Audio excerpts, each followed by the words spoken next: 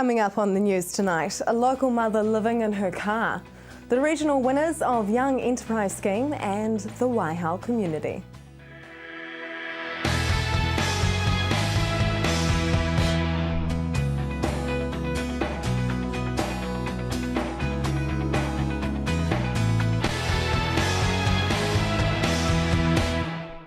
Kia ora, welcome to Central News for Tuesday, the 4th of November. I'm Hilary Entwistle. A devastating fire that ripped through Desiree Beasley's rented house in Hamilton saw her left with nothing and no home for her 5 children and herself. For 5 weeks, her children stayed with friends and relatives while she lived out of her car. With little hope on the horizon, Desiree found help through Family Works. Anne-Marie spoke with her recently about how she's doing now and how she survived the darkest of times. To be put in that position at that time, don't really know where to turn, where to go, and having such a big family and who's going to take us all in, and it was hard and it was a struggle. To be living in the car, all over the place, being told to move, and you know, it just wasn't a nice feeling at all, no. And the main thing too is that I did miss the kids a lot because I had to sort of separate them and put them all in different homes. And financial wise, sort of trying to get money into all those different homes to keep them going, as well as myself, and to keep myself travelling around in the vehicle. Yeah, very sad time, very sad moment, and I know a lot of things all in the one. Emotional, but depressed. I found the depression started kicking in quite a lot too. You had applied for emergency housing with WINZ, but things were moving quite slowly. How did you find out about Family Works? Yes, what I found is that I wasn't really getting anywhere on my own 2 feet, and it just felt like I wasn't getting heard. And then when I heard about Family Works and went to the agency, they were offering a lot of help, you know, in all ways. And one main concern that I had at the time was the housing. Just someone to hear and the struggle and how me and the kids were situated in that, and in what they could offer and help us with. So that's who I turned to, was Family Works, and they've been a great help, and they still are. And Darren, what did Family Works do to help Desiree? So when we heard about Desiree, we were aware that she was living in her car and the living situation was really quite desperate. And she had been having some involvement with other agencies, so we first kind of made clear about where our role was and what we could do. Obviously she was really overwhelmed by her situation and things weren't really happening for her. So one of our family workers, Jules, walked alongside Desiree really. It was really just to encourage her and support her, to say, come on, you can do it. These are the things we need to do. These are the people we need to go and talk to get a house sorted for you. And all the other things that we were going to work on, we'll do that later, but right now it was really just about encouragement and empowerment, so that Desiree could feel like, okay, yep, we can get through this. We hear a lot about the housing crisis in Auckland and in Christchurch, but how bad is it in Hamilton? It's a significant issue for the clients that we work with, and the other agencies around Hamilton will say the same thing, that we see lots of families quite transient around the city seeking affordable accommodation. And we're seeing children moving between schools as families move different suburbs looking for suitable housing. We're seeing families really being overcrowded, and people are just really struggling financially. The market rates continue to rise for rental accommodation, and that just puts more pressure on families. And we have families where people are living in garages. Occasionally we meet somebody like Desiree who's living in a car. It's a real challenge. There's lots of poverty out in the community, and in Hamilton in particular there's a struggle and a shortage of social housing. Desiree, you've got a roof over your head, which I know you're so grateful for, but things are still tough. You're living on one side of Hamilton and your kids are going to school on the other side of Hamilton. Can that be fixed soon? Definitely am. And financial, it's a struggle. The other thing is that maybe 5-10 minutes late to school, it doesn't help. And this has been continuous. I try to do the best that I can. You know, at the end of the day, if me and the kids didn't take this home, we would have become homeless. So we take the home, but financial, it's a struggle. And some of the kids now, I mean, are already, you know, getting put out of the schools because I can't get them there on time. And there's some days that I just can't get them there. That's the financial struggle that we are having. Well, the challenge for Desiree is she's you know, in social housing, and there's just a lack of large homes for families her size, so she's still on the waiting list. There looks like some positive options coming up with some private properties she's looked at. A significant cost for the rent.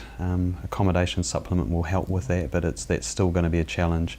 But really, the thing is getting Desiree and the kids into a home that they're actually happy and comfortable will be a huge factor for them.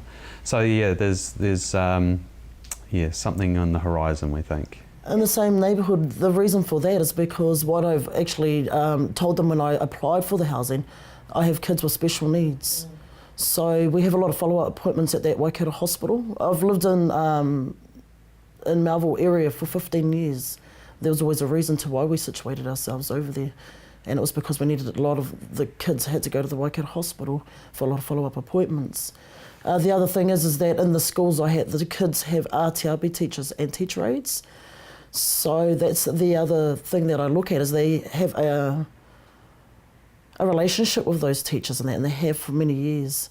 And to just get up and move them is something that I have looked at. So it's not that easy as they could say it is, you know. Darren, how can people receive help from Family Works? Well, people, we're situated at Te Araho Village at 100 Morrinsville Road. So it's a social service setting out there, so people can come and visit us at our site. They can contact us by phone. So those will be the two best ways to get hold of us. If you or someone you know needs help, you can contact Family Works on 07858 4413 or familyworksnorthern.org.nz. Coming up next, babysitting. Just kidding.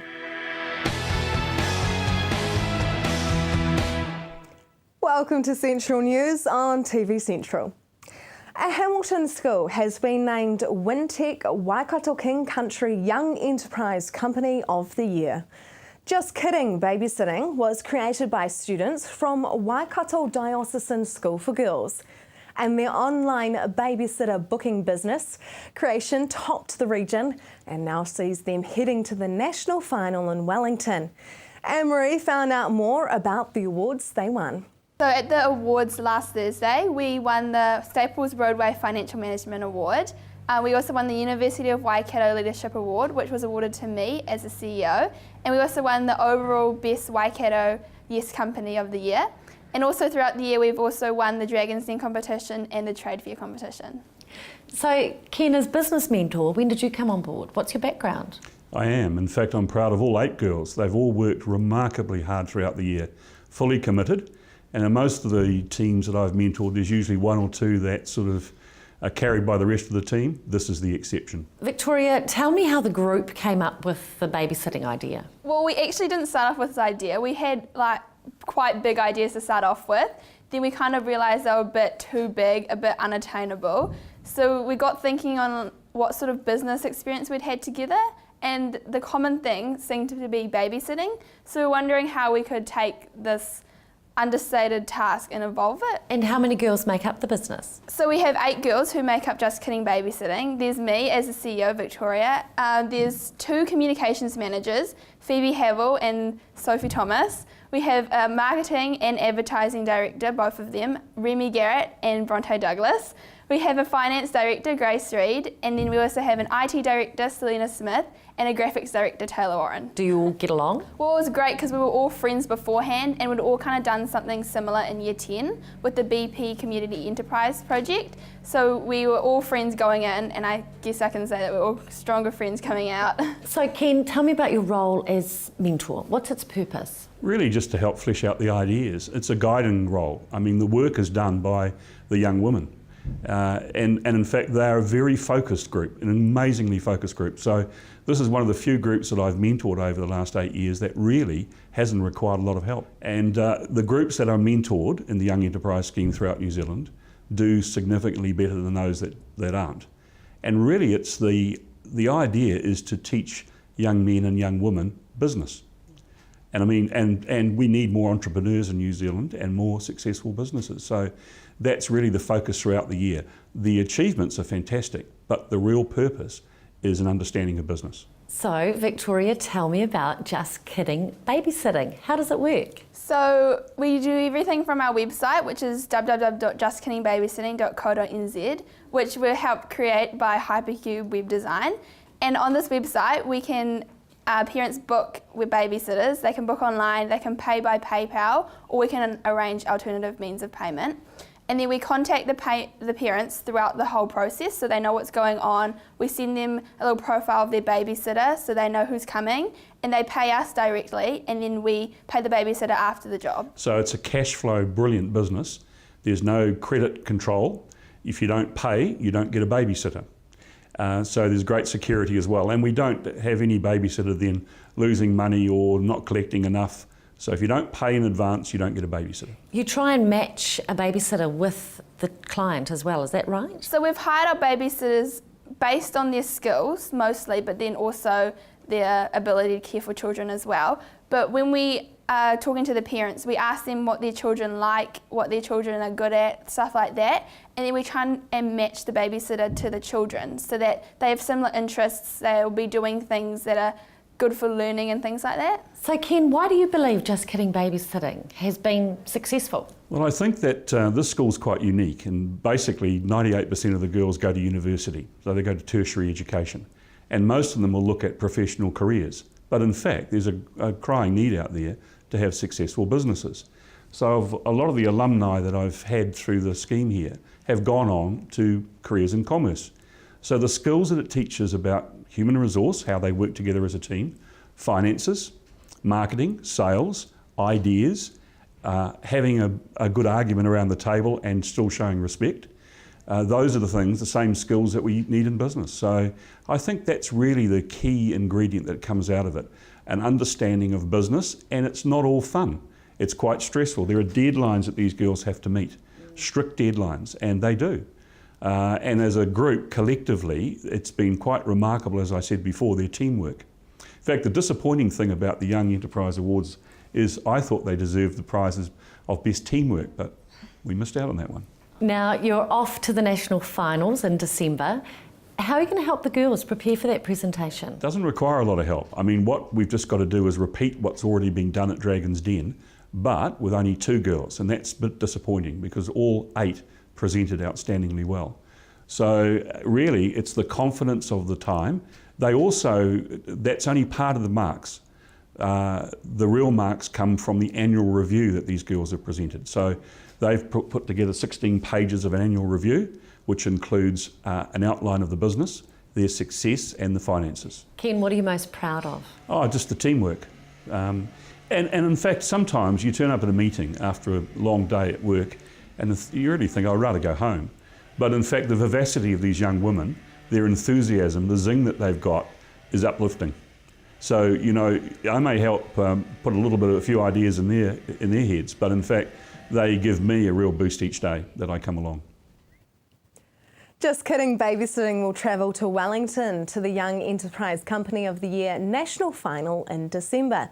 To book a babysitter, go to justkiddingbabysitting.co.nz. Just ahead, from the farm to politics.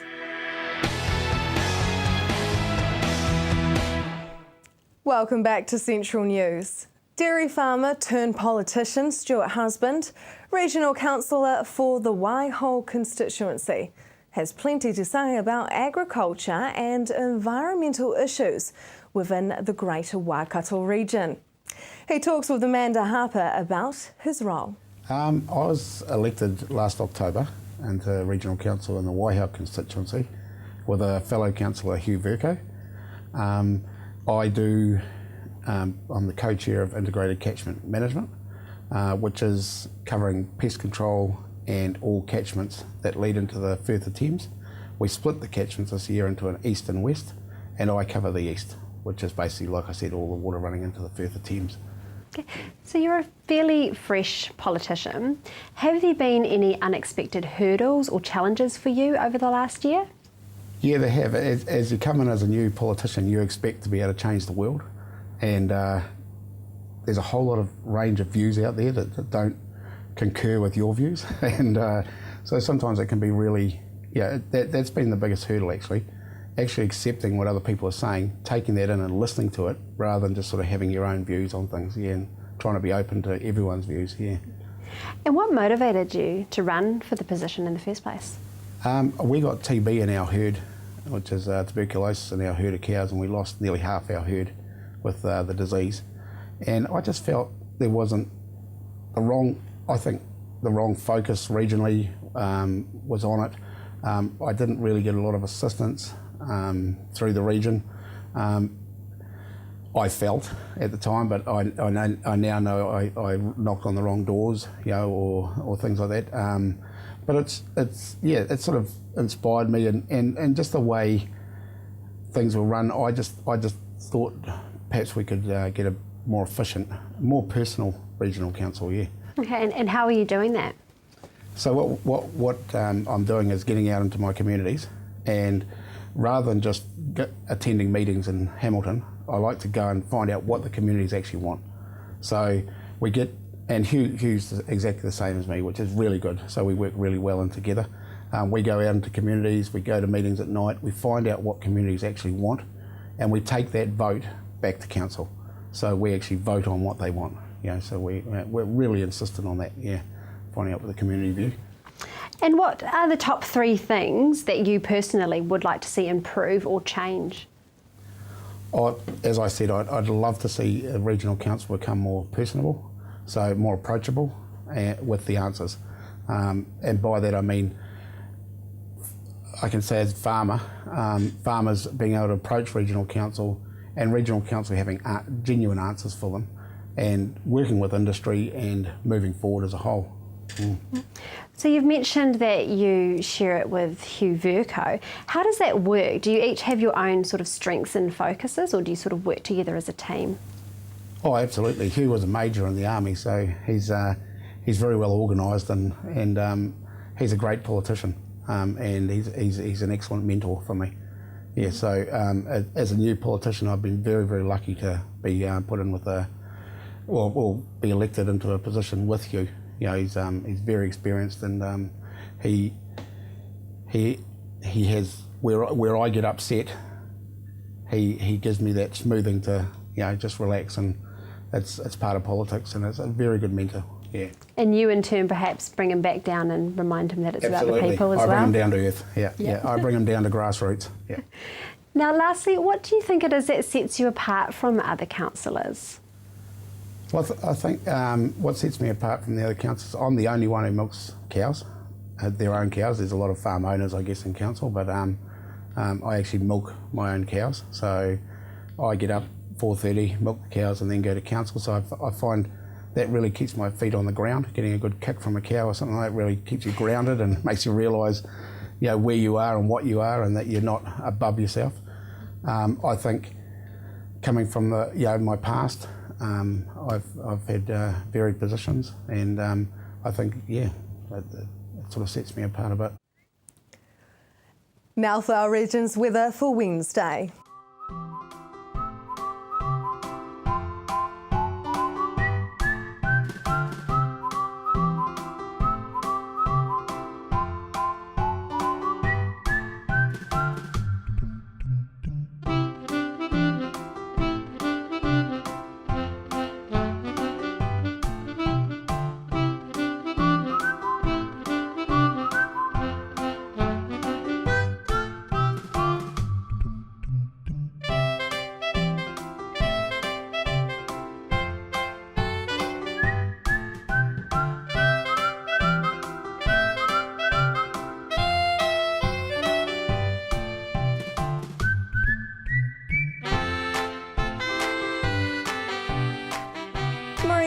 forecast for Wednesday now.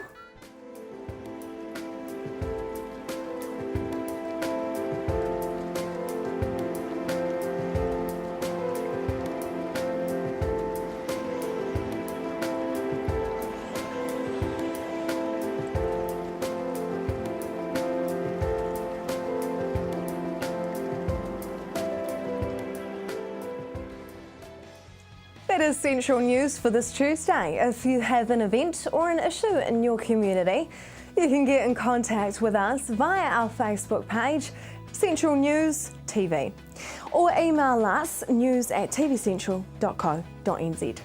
On tomorrow night's show, National Buddy Day, Christmas lights in Hamilton, it's going to be a big one this year, and counting Kiruru. Until then, I'm Hilary Entwistle and I hope you have a lovely evening.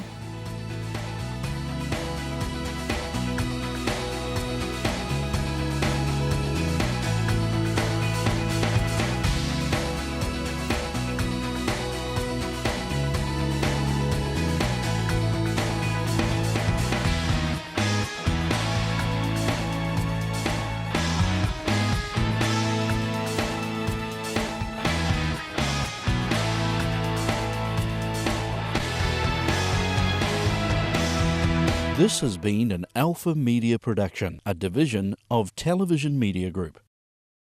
Supporting local content so you can see more of New Zealand on air.